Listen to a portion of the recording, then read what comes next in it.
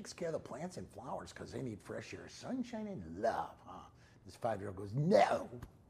I said, who just said no? I did because my dad grows trees in his closet. I go, oh. Okay, and we're moving on. And we're moving on. Yep. We're not going to bring that up again. Daddy's got some hydroponics. So, you're always learning from kids. You're always wondering whether you're getting through to them, but they're very brilliant. Yeah. And comedy is my way of bringing medicine. So I work in hospice with kids and for seniors. And yeah, it doesn't seem like a fun thing, but I was a former medic in the military taking care of wounded. And so I learned to compartmentalize, right? And like a physician, like a good physician. And then humor is the way. So it really helps kids and people. So we'll have fun today. It's a real relaxed conversation. We had a guy last week, Brian McLaren. It was awesome. It was really fun. All right. It sounds awesome over there. Oh, yeah. It does. So, Trevor, where do you want to take this conversation? Yeah, that's perfect. That's why we do this organically. Okay. So, did you get the email with the description of what we're doing and then the simple questions? Yeah. Yeah. So I figured what we would end up doing, the basic premise of it is, I want to hear your story. Okay. Right? So I know you know that one. Oh, yeah. And then, no, I'm trying to connect the microphone. You'll have to. Well, we have a half-hour show. Okay. So the idea is We'll guide you. We'll totally guide you throughout the whole thing. Shoot and then cut it, or No, so technically the idea of this is I don't want you to stress out about this. no? Good. I just want to make sure I'm following him on point. Yeah, you'll follow on point because it's going to be. The idea is that it's a conversation. So if I ask you questions, you're looking and answering to both of us. If me, and if he asks you, it's just a conversation. It's a conversation. Okay, keep going. Yeah, and so we've got the 2 cameras set up rolling. So what's going to happen is, there's the main camera and that's the zoom camera, and that's going back and forth. And so it's really just You guys look in the cameras in the previous. not very often. But you can. We look at you and we can. Yeah, sure. Yeah. Yeah. So, Points. so that's it. And then obviously we'll probably talk about your now, what you're doing and why. And then we'll talk about Be a Heart Project and how you're involved with that. Yep. And that's that. Any other questions on that? No. Cool. Do we have the timekeeper? Yeah, Todd, you're supposed to give us a 5-minute warning, by the way. So we're starting at 2:05 or 2:07. So once we hit 33, something like that. Yep. Just give us a 5 and just hold it up. So I've got a new intro. Go ahead, Are you ready to see this? So, welcome to We Are the Remedy, where each week we highlight a person from the community who embodies the idea of people helping people. We raise awareness for good news, and broadcast to the world more good news. We deliver messages of creativity, humor, dreams, visions, and solutions to today's most pressing problems. We provide a global platform to connect people helping people, inspiring them to give back to their community. So welcome this week, and today with us we have Adrian Jones, and welcome. Nice to and meet you, Adrian. Michael as well. Say hello, Michael. I know you like to say hello. Hi, everybody. Love you. We're going to have a nice show. Have Right. fun. And to start off with, we actually met at the Santa Fe Chamber Mixer, and that's how we initially met. Mm-hmm. And then we had a little conversation, and you shared with me a little bit about your story. Michael here doesn't know about your story, so Wonderful. So tell us a little bit about your story and why you think we're here today, and why you would be embodying people helping people. People helping people. First of all, thank you for having me. I'm thrilled to be honored, here. And honored. This is a great experience for me, and I look forward to sharing my story. And hopefully, as I like to say, I want to help and inspire people. At the end of the day, that's what I'm driven to do right now. Yeah. So I'll jump into it, but Yeah. as you were just talking, Trevor, I was thinking, we met about where you're sitting. I think you were standing right here. Oh yeah, it was a mixer we hosted. You hosted here at your studio. Yeah, that's right. So it's bringing back flashbacks to Yeah. that. So my story, I'm a Marin native. I was born at Marin General a long time ago. Yeah. Over 49 years ago. And moved out of Marin when I was 19 days old. I was adopted by a family in San Francisco, and we eventually moved out to Colorado and then over to Massachusetts for my high school years. But the story I think that we're here to talk about started on the morning of October 8th, 2016. My wife was traveling out of town for work, and I had arranged a mountain bike ride with 3 friends to do the Gentleman's Loop, as we call it, up around Lake Lagunitas. Right. No, it won't. And there were 4 of us, and off we went. And the ride started as normally as any other ride with these friends had started. And going up Shaver Grade, which is a pretty steep pitch up towards the lake, I suddenly lost all the strength in my legs. The total strength vanished. It was hard to stroke one pedal, stroke after the other. I got to a summit near Sky Oaks Road where the world started to move in the most unsettling and terrifying way. And I clicked off out of my bike and wandered over to this poor little bush over here and just proceeded to vomit, not trying to be overly graphic for our purposes, but it's important, and I'll tell you why later on. Yeah. So there I was vomiting all the contents, and I had sushi for dinner the night before with my daughter. We had a daddy-daughter dinner date in San Anselmo. And I was thinking as this was happening, okay, I have food poisoning. Okay. And I'm thinking to myself, I'm also a fat old man. I stood up and I told my friends, I'm ready to go. Let's keep riding. And to a person, they all said, no one's a hero. Something's wrong. But I did get them to agree to keep riding. You've got good friends, right? Yeah. Very good friends. Yeah. I'm blessed with tremendous friends. Right. And these 3 are heroes to me. And one, you could say, is my angel, which I'll explain in a minute. So we continued the ride. We were heading down, but we stretched out the way out so we could get more time together. And it was during that time that I felt incredible pain in my chest. And I got off my bike and I lay spread eagle across the fire trail and just started pounding my chest like King Kong, thinking that I had a burp or some form of acid reflux. That if I just pounded my chest hard enough, it might release and this pain would go away. It didn't go away. I got back on my bike to catch up with my friends. And at that point, there was a trail down towards Deer Park School. And it's fairly technical with a lot of switchbacks. And I thought, there's no way I can control my bike. So I said to my 3 friends, I said, I'm out. I'm going to have to walk down. I'm too weak. And I was still throwing up. They agreed to walk down with me. Right. And you're 49 years old? Well, at the time, I'm 46. 46. Right. So you're not thinking. I'm not thinking. No. Yeah. And the day before, I had my annual physical. Got it. The day before. Not on my mind. The day before. Got it. I get it. So I actually was timing this ride on Strava, that application that tracks hikes and bike rides and things like that. Looking back, that walk took 47 minutes to Deer Park School. Wow. And right when Deer Park School was in view, these 4 fingers, my ring and pinky fingers, became numb. Like you'd fallen asleep on your hands. And at that point, I knew something was wrong.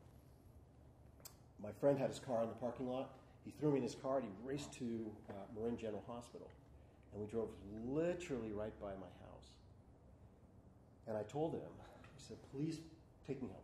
My kids are home alone. I'll be with my kids. I'll take Alka-Seltzer, drink bubbly water, and I'll be fine.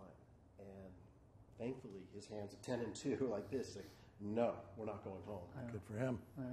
Right. This is my angel. Got it. And I said to him, Brad, I don't have my insurance card or wallet, any identification. I just have my biking clothes. And he said, it doesn't matter. You need immediate help. So we went down to Francis Drake and took a hard right down Bon Air. And I called my wife, who was in Colorado, and just said, my chest really hurts. And I'm going to Marin General. And she said, hang up the phone, hang up the phone. I did. And I was laboring to breathe really hard. The chest hurt so much. Right. And I walked into the ER of Marin General Hospital and said, my name's Adrian Jones. I'm 46 years old. My chest hurts, and I'm having trouble breathing. And you know what? You know the fastest way to get into ER? That's the way. That's the way. Yeah, if you want to get that's the way. into the I don't want to have to remember that for next Yeah. time, but Next that's time. a good trick. Just a good trick. Yeah. Just in case. Yeah. Go ahead. That's the ticket. Shortly thereafter, I'm on a gurney in the bowels, if you will, of Marin General Hospital, and I've got the blue curtain swung around me. A nurse comes running in and puts a defibrillator on my chest. Other nurses came in and started stabbing my veins and trying to draw blood and attaching things to my fingers. And a cardiologist walks in, replete with beautiful white lab coat, and said, "Mr. Jones, I'm the cardiologist on staff today. I'm here to tell you you're having a heart attack." Wow. So there it was. What was the impact to you at that moment at 46? What was the impact to you? I'm not even sure I totally know yet, to be honest. Okay. It was so powerful. Right. You see mortality right in front of you. But at the same time, I was thinking, well, at least I'm at Marin General. Right. This is going to go down. At least I'm in a good place. Right. Yes. Yeah.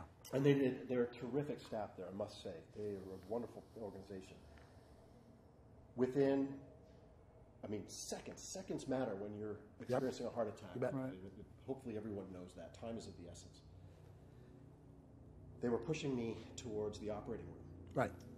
And as I was laying there on the gurney and ceiling tiles were racing by overhead, I had three thoughts. My first thought was, would I ever see my wife, Liz, again? I didn't want her to fly home a widow. Good. My second thought was, why, oh, why did I run out of the house to go mountain bike riding and not tell my kids I love them? Good man. They were awake. They were on their screens. Good for you. I was running a bit late, as I typically am, to go catch up with my friends for this ride. I vowed in that moment, if I survive, that will never, ever, ever happen again. Yeah. Right. Which led to my third thought, which you might have some experience based on some of your previous roles, I think, was it's not happening to me today. Yeah. Today is not my day that I'm going to check out. Right. Right. Yeah. There's no way. In fact, I'm going to walk out of this hospital on my own 2 feet, my own volition. Prevail. Right. When I was close to meeting the Maker, that was the resolve. Prevail. Which was really, really powerful to experience. What were you? What was telling you that inside? What was that was telling you that inside? I have more left to do. There you go. I'm not done. Exactly. I've got a lot more I need to accomplish. That's very clear to me. I'm glad you asked that. Yeah. So 45 minutes later, my left anterior descending artery had become, well, it was 100% blocked when we walked in.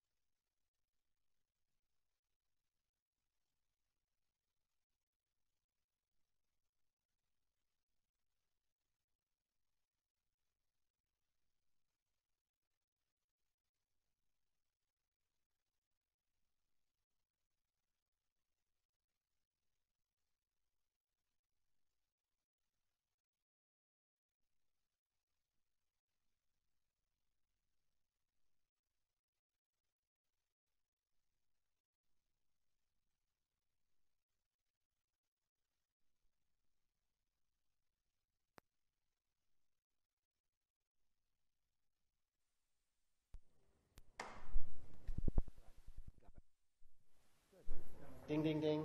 That's right. So I did walk out of the hospital on my own 2 feet, on my own volition. And check this out. I was discharged on October 10th, 2016. Yeah. Oh, by the way, I was born in this very same hospital, October 10th, 1969. Wow. What are the odds? I didn't grow up out here. No. So in a way, it was Well, metaphorically speaking, it's a rebirth, right? Yeah. And Right. here I was reborn. Yeah. Out of With new purpose. With new purpose. I say it's Adrian 2.0. Right. That's So great. what's the new purpose? What? I mean, I know when I had multiple times of almost meeting my maker, so to speak, that I ended up having to realize that there was a bigger purpose for me in life. Well, can I answer a question in a little bit different way? Sure. So I knew coming out of the hospital that life was going to be different. I didn't know yet. Right. New consciousness? New consciousness. Things had to be different because what I was doing got me to a near fatal point. Right. A few weeks after I was discharged, I ran into a woman at a party, randomly. And she asked me about my heart attack.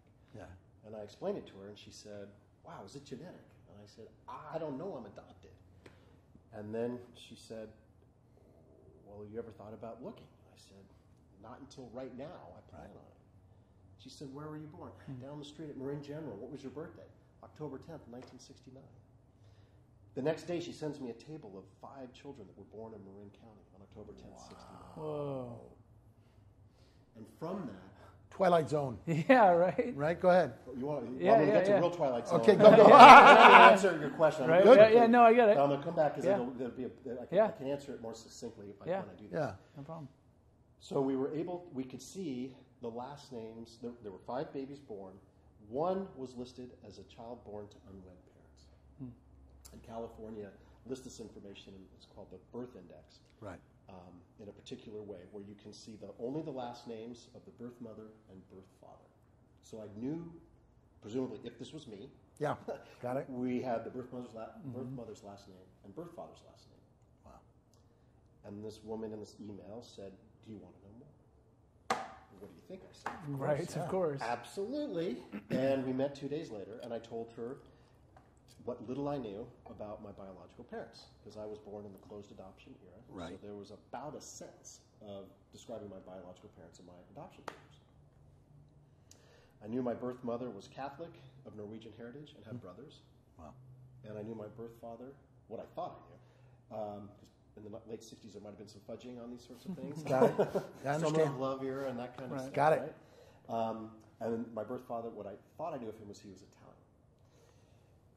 So my new friend, my genealogist, her name is Christina, she takes this information, and I spit into the Ancestry DNA kit. Sure. Mm-hmm. 2 days later, she sends me a text, "I need to show you something."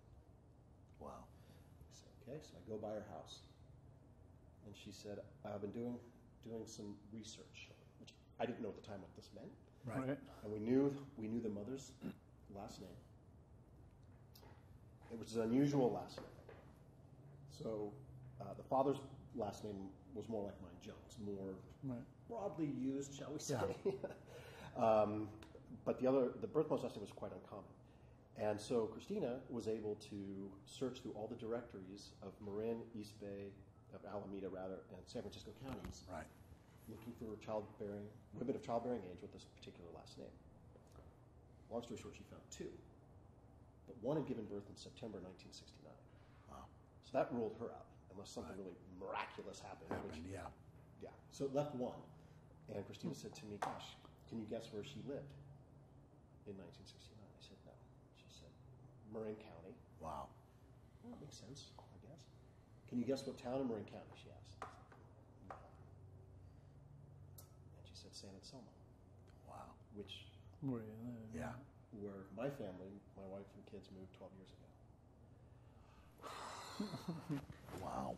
It turns out What a story. this woman was 24 years old in 1969. Wow. So Christina rolled her age down to when she would have been 18, 61, 62 era, Yep. to see if she went to any of the Southern Marin public high schools. So she looked at the yearbooks, which are publicly available information, Sure. for Drake, Redwood, and Tam High, and couldn't find this woman's name. And that's a shame. And then Christina said, "But wait, I remember you told me she was Catholic." And by the way, this woman had two brothers. We could see this Got in it. the records. We had the brothers, plural, and then there was the Catholic bit. And she said, so then I checked Marin Catholic. And now I start freaking out because this is the twilight zone. I'm thinking to myself, don't tell me, Christina, what you're about to tell me. And then she said what I was afraid she was going to tell me, that this woman graduated class of 1962 from Marin Catholic High School. Wow. Now, that's a trip because my daughter Right. was 2.5 months into her freshman year at Marin Catholic High School. How does that happen? It's all meant to be. Billion to one. Right. But spiritual. Spiritual. Absolutely spiritual. So there's more to my search story. Wow. I'm blessed to have found my birth mother and my birth father and 3 half-sisters. Wow. Who all live within an hour drive from my house. Wow. And they've acknowledged me, embraced me, and welcomed me into their lives. Awesome. What did it teach you about life and just the unexpected consequences of just what I tell kids all the time, Adrian, that we're never being punished, we're being protected. So now you'll have genetic information about things in your DNA and things in your family's DNA, and you'll understand more about yourself. But what seems is a very hard thing to happen to you, all of a sudden becomes this miracle of revelation and inherent wisdom that applies and comes with it, right? Yeah. So what did it teach you about the unexpected? Well, it taught me a lot, to be honest, right? So Yeah. here I come out of this near-death experience. Right. And I'm just glad to be here. Wow. Right. And Amazing story. just everything feels so great to have a second chance. And I'm working with a nutritionist and losing weight and Yep. rediscovering my strength and how to Right. work out and all that Yep. kind of stuff.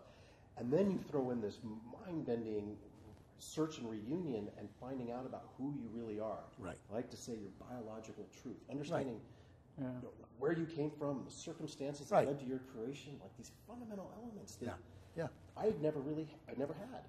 Right. And I will tell you, I've never felt more complete in my life as I do today. Completely whole. Completely whole. Completely I had surrendered. holes in my soul and in my heart I didn't know I had. Wow. Good. So that's what I learned, and I think coming full circle to what Yeah. Trevor was asking me. So I'm a really lucky guy on so many levels. I could go on, and I won't. Yeah. You don't have any relation to that, right, Mike? You're Yes, kind A of. little bit. Yes, yes, Yeah. yes. Blessed. Blessed. Too And- blessed Yeah. to be stressed. Yeah. Yeah. Right. Right. Yeah, Right. kinda. Exactly. It's just all groovy and good right now. Yeah, sure. And To bring it back to the 60s. Yeah. Yeah. Right. Right.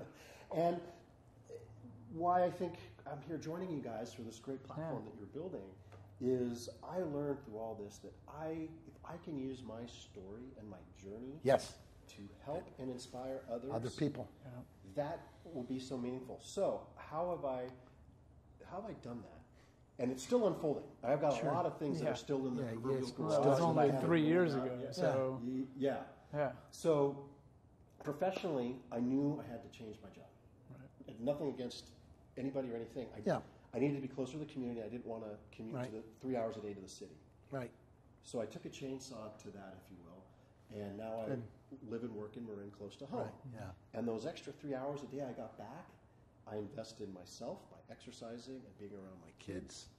Sure. I used to be the guy that went to work before anyone was up. Right. And now I'm sure unless I absolutely have to be out of the house, I wait until the kids are up. And what do I say when they go to school? I I love you. love you. Yeah. So that's really important to me. And then I also, Good man. Yeah. And then I also invest that time in what I call my passion projects. Right. So my passion projects are around driving awareness and preventative action for heart disease and for advocating for adoptees. So I learned as a result of my reunion that heart disease does run in the maternal side of my family. I've lost an uncle at 52, Right. a grandmother at 65, and a grandfather at 71, all relatively young, to this. Yeah. Right. So I know it's in the genes, which is good to know. But what else? What can I do to help others that may or may not have this affliction? They may be an early survivor and they don't know what to do and they're totally freaked out and they think their life's over. It's not. Right. You just are going to live differently, but you can still live richly. And if you interpret the experience in the right way, it can create too blessed to be stressed, to quote Michael. Yeah. And what did you learn about not blocking that, not pushing that away? Because many people do. Adrian, so many people would reject this and not want this. They'd be fear-driven by it. Yes. How did you overcome that fear or that anxiety to embrace it and pull it in? I genuinely felt, I love your question, I genuinely felt that a universal energy was working through me. Yeah. And I'm compelled, to be perfectly honest, I'm compelled to do this. In fact, I'm very close with the American Heart Association now. Sure. And I asked them, and I've done some speeches for them on their behalf. You'd be great at that. And I said, why don't you get more survivor speakers? Right. And it was sad. They said, first of all, there aren't many survivors. So, public service announcement, what's the number one killer in our country? Heart disease. Heart disease. Yeah.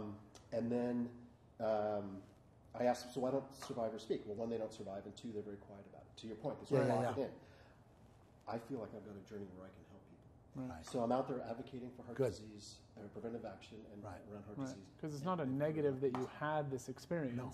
It's an opportunity to share. If I could give you one thing that I try to tell kids and all people as they go through these things, never describe yourself as, and this will help you because you can say this to them too in teaching, never describe yourself as a survivor, but a prevailer and an overcomer. Because you have not just prevailed, you are overcoming through helping others learn to prevail and overcome as opposed to just survive. You didn't just survive. You're still a father. You're still connected to a family that you didn't have before. You're still an amazing spirit doing amazing things in healing other people in the community because you've taken your pain, your suffering, and you're extending it out and teaching people what you learned about it for yourself. Yes. Amazing story. And I'll tell you, like I said, I have some things in the garage that I haven't released yet. Yeah. But I write, I blog, I speak. I've been on podcasts. We're doing this. I'm excited to keep pushing this just to help and inspire. Here's my recommendation to you, and you'll think I'm crazy, but everybody will tell me. I've done this for 1 million people, and they always look at me like, well, I don't think I could ever. It's not just a book. One of the great ways to get this out there is to write the movie. And what you've lived through and what you've done is a movie. And you get a little help. There's many young people who can do this. This is an astounding, and it's an astounding spiritual story, a spiritual journey. I always tell everybody, you never quit 1 minute before the miracle happens, right? Yep, that's right. And it hasn't just stopped in my passion projects, too. So for work, I've been in financial services. Right. And when I realized I couldn't no longer commute 3 hours a day. Wasn't worth the time. It wasn't worth the time. And look what it did to me. Right. So I landed in wealth management. So I work for a wealth management company. This is not a No.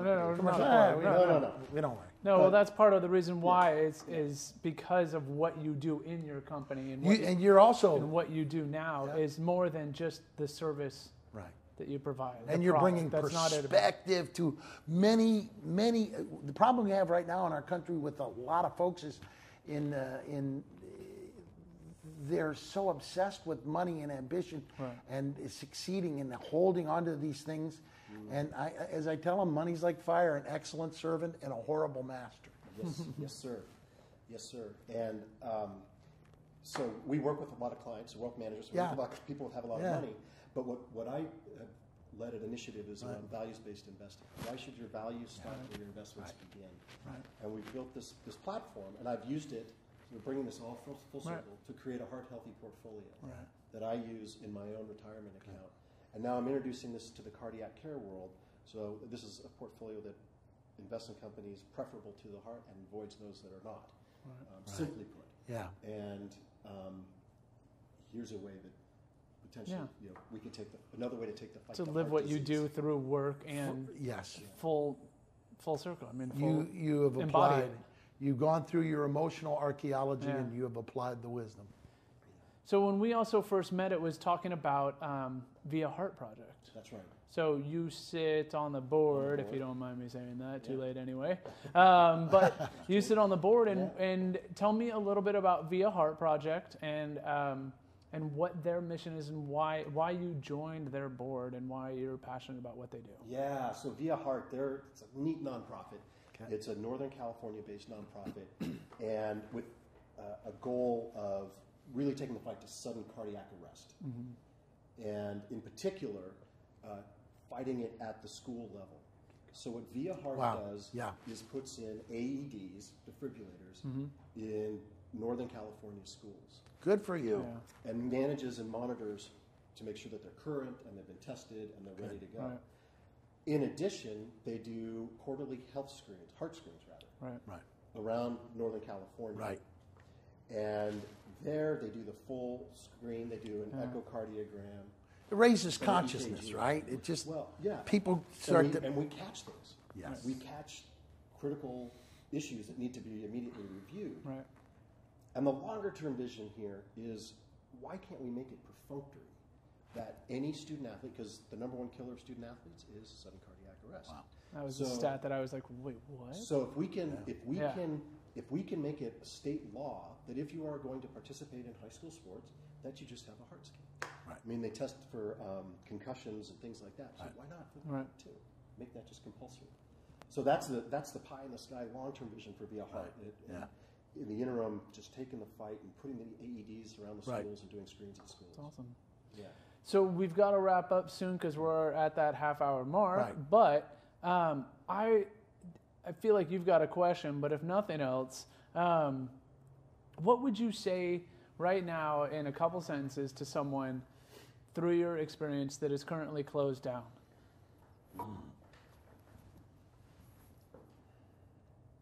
That's a really good question. You know, what I've found is that we all have I call my survivor superpowers. Right. What I have is survivor superpowers. Yeah. But what I've realized is I had them all along. Yeah. Mm-hmm. The survivorship make me activate on them or self-activated somehow. Yeah. I think I would really want to talk to that person and talk to them about a couple things. First of all, what are your superpowers? We all have them. Yep. And then if we can figure out your superpowers, then what I would like to figure out is, okay, now, what are you passionate about? Yeah. And if you can get your superpowers to merge passion with purpose, that's powerful. And you're really lucky if you find that. And it happens. I think you have it. Mm-hmm. I just met you, and I think you have it. It's pretty cool. Yeah. And if you can pull people to navigate, pull your superpowers to what you're passionate about, put it with purpose. Maybe that's a profession. Maybe it's a passion project. I don't know. I mean, you do know. You just answered. Yeah, you did. And that speaks to one of your big passions and realizing that a big issue in this world is loneliness. Right. Right? And if you've recently gone through that experience where you're having a heart attack, you're closed down, if no one reaches out to you, you're alone. And if you don't reach out to someone, you're alone. So just by simply connecting with them might be the answer. You're waking other people up and you're lighting candles and everything that you're doing. But one real quick, your kids, let me just say this to you, your boys are blessed to have the rebirth of mirth on earth father. And I'm going to make them watch that because Yeah.